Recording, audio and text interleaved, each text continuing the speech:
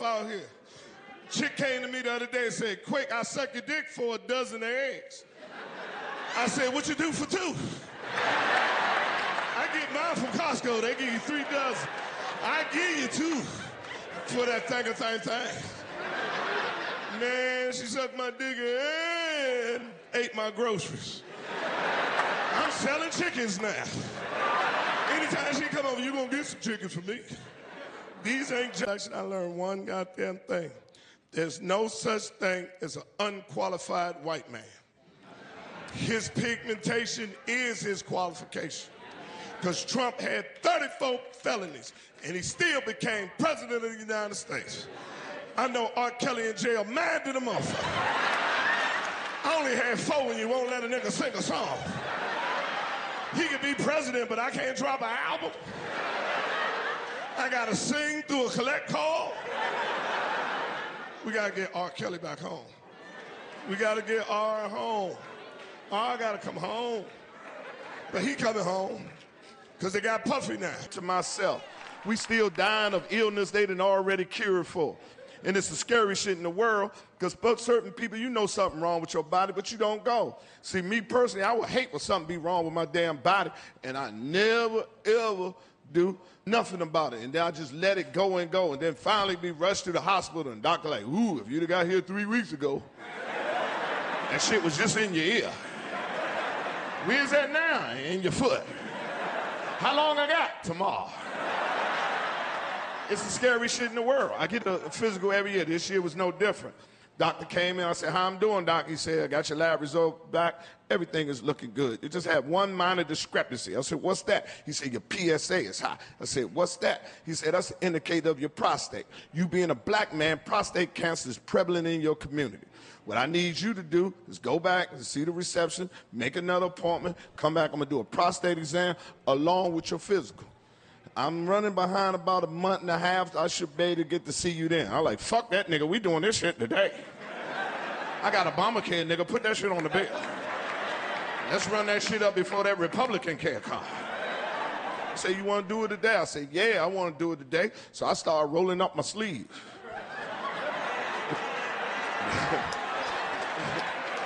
Yeah, he laughed just like that. He said, nah, we don't do no prostate exam like that. I said, how you do it? He said, we do that with a rectum exam. I said, well, I don't think I got that on my Obamacare. I said, I don't think Barack could do that shit to me. He said, just go in the other room. It's a gown behind the door. Take your clothes off, put the gown on, and come on back out. We can do the procedure. I'm going to tell y'all right now, my people from D.C., I have been rich my whole life. And I'm not talking about monetarily. I'm talking about rich of the blessing of my God. Been on this earth 58 years. I have never spent a night in a hospital. I have never had no surgery. I ain't never had no broken bones other than this wrist right here riding that ragged-ass bike my daddy gave me. So I don't know shit about no hospital. So when he told me go take my clothes off and put the gown on, I did it. And I put the motherfucker on. But it was too small. It wouldn't close. So I stuck my head behind the door and said, hey, doc, I need a bigger gown. This motherfucker ain't going over my stomach. He said, no, you got it on wrong. Turn it around. I said, I'll be damned. I know I'm wearing this gown right. Because if it's between my dick and my ass being out, my dick already understands. The ass is always covered. And every part of my body know that rule. If I only got one sock, fuck my foot. That motherfucker going down the crack of my ass. And if we doing a rectum exam, I know I'm wearing this gown right. Because you're going to have to lift this bitch and let me know this about to go down. I ain't just going to leave it open for you to come in there when you feel like it. I don't know what kind of, I don't know what kind of patience you be having with their head down, ass up. But I ain't that kind of patience. I need a head start, a warning. 10, 9, 8. Oh, shit. My ass is getting a little chilly. It must be time for him to do it. So I knew I had the gown on right. So I just walked out there holding my dick. I said, I'm ready. He said, I told you you got the gown on wrong. Turn it around. I said, I'll be down. He said, fuck it, just bend down and look over there. I said, I don't like how you said that. You need to take that bass out your voice. You're a little too angry to be fucking with my ass right now. I think we need to reschedule this appointment. And if you're gonna keep arguing like this with me, I need to put my drawers on. I don't like to argue with no nigga I ain't got no drawers on. You got your drawers on. Why can't I put my drawers on? So I went on and bent back over. Come on, let's get this bullshit over with. This nigga gonna say, stay still. I said, shit. You better hit this motherfucker while it's moving. I told you I'm scared. My leg is shaking because I'm afraid. So I looked over my shoulder. This motherfucker put gel on 3 fingers. I jumped the fuck up. He's like, what's wrong? I said, let me see what finger you're gonna use. Oh, you ain't using that finger with that fucked up knuckle. I wish you would try to put that big ass knuckle in my ass, that football knuckle you got. I ought to whoop your ass for trying to put that motherfucker on. Your pinky you got should be able to find what you're looking for. I ought to whoop your ass, Doc. I'm gonna ask you one more time. Are you sure this is the only way you can check my prostate? Because if I go home and I Google and I find this another test, I'm gonna come back here and whoop your motherfucking ass in front of all this equipment. So I went on and bent back over. Come on, let's get this bullshit over with. He lifted up my gown. I say, oh shit, it's about to go down. And he lifted it up and he broke me off. I'm like, ooh, goddamn. He said, don't worry, it ain't gonna take long. I said, you ain't got long. Hurry up and find what you're looking for. He kept moving his finger in and out my ass. I said, fuck it, take your finger out my ass. If I got prostate cancer, leave it in there. I'm just gonna have to take it up with the Lord. But you ain't just gonna rotate your finger in and out of my ass like this no more, sir. Take your finger out of my ass immediately, sir. Stop right now. No means no, sir.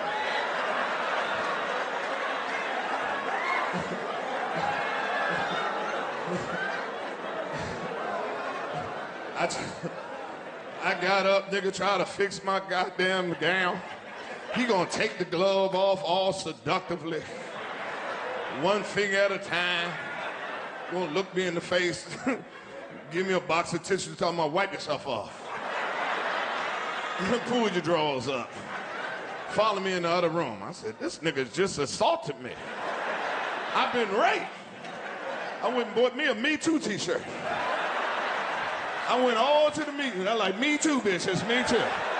Y'all gonna hear what happened to me in that doctor's office. I got a story to tell. I left that doctor's office, ass just slippery. Slid all the way to the elevator. Couldn't even look another man in the face.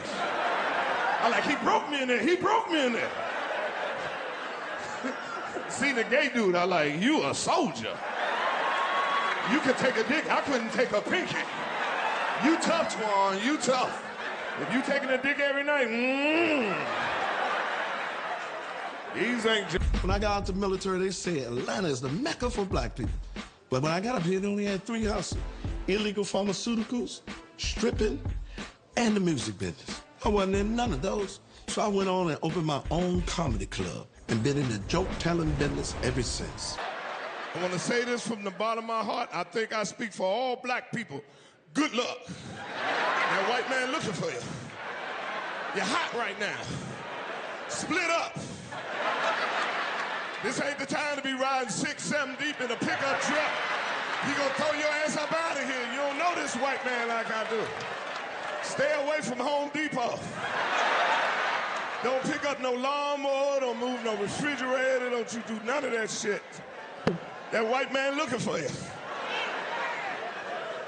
And don't sell no fruit on the side of the road. He know goddamn well you don't get all that fruit for $5. And sell American food. Don't fuck with no tacos, enchiladas, none of that shit. And if you're gonna sell American food, make sure your ass know the condiments that go on it. Mayonnaise don't go on corn on the cob. Butter, salt, and pepper. These ain't jokes. I'm just trying to keep their ass in here. You know the rule, nigga. One nigga in, one nigga out. Goddamn Puffy got his ass. That sexual assault is there. They trying to get smoky. I'm so glad my mama ain't allowed to see this shit. She be in court every day. That's not my smoking. Look at his eyes. He don't have to take no pussy. Look at that smoke. I was in Portland, man, and I go to Portland. And when I go to Portland, I'm surprised because I have never seen so many struggling white people in my life. Just laying homeless on the ground, just like it's sofas or they're at the Ritz-Carlton. I'm just stepping over them. Look at God. I thought it just was us. It was like New Jack City, man. I'm telling you, the Carver, they was all on drugs and just good white folks. You could just tell they had mothers and fathers and dreams. One white homeless dude came to me and said, "Brother, can you spare $1?" I said, "Absolutely not. You fight, for crying sakes. Shake it off. Pull yourself up from your bootstrap. All you need is a shower and a suit, and you'll be my supervisor by tomorrow." These ain't jokes. I'm telling you, that's how it is. But when I read the indictment, sexual assault and sexual trafficking, that's the one that got me. It said sex trafficking means you went to another state to have sex. I'm like, oh shit. I'm a sex trafficker. I've been sex trafficking all my life. I gotta turn myself in. These ain't jokes. I could never go over another woman's house in another state that wasn't my woman and sleep over her house. I don't do away games. Home field advantage or neutral site. Ain't no way I could ever do that shit. All you men, sit down there and go over and stay over another woman's house, sleeping, and it ain't your woman, you got nuts. Fuck around and fall asleep. Her last boy. I seen a homeless dude with a girlfriend. Then I started thinking, you're a bad motherfucker, you're the bitch that live with you underneath the bridge. You are slinging some dick. You know how good your dick gotta be for a bitch to live with you outside, nigga. You got that You got that one hitter quitter that bitch gotta get her. That's an outstanding dick. And she was faithful, she was devoted. Cause it was raining outside. She was mopping up the motherfucking corner, keeping the water from going underneath the tent and shit. I said, what kind of dick do he got? She was under the bridge, dusting it. Had pictures of her begging for food. I said, what kind of dick do he got? 2 days later, I came outside. She was on the corner by her damn self with a sign, so I immediately thought that they had broke up. Till I looked at the sign. The sign said, "We will work for food." That's when I knew they were still together. I started looking for him to see where he was at. This motherfucker was underneath the tree taking a nap while his woman was on the corner begging for goddamn food and money. I couldn't even take it no more. I stopped my car and went over there and woke that motherfucker up and said, "Pull your pants down, let me see what you got." I need to see what kind of dick you need to slang to get this kind of effort out of a woman. I bought my wife a house and a car, and I can't get this bitch to fix me a sandwich. So who the real hoe in these streets? You come home late at night, drunk and shit. "Baby, can you fix me something to eat?" Well, I had a long day. Well, this nigga got his bitch cleaning up outside now. I don't ask for much, but you gotta outwork a homeless bitch. Then get your ass up and fix me something to eat before I take you outside and put her ass inside. Atlanta, Atlanta! God damn it, God damn it. I love Atlanta, this is where I started. God damn it, this is my comedy home. God damn right, this is my comedy home. I live in LA right now. Yeah, that motherfucker was on fire. Everything was burning.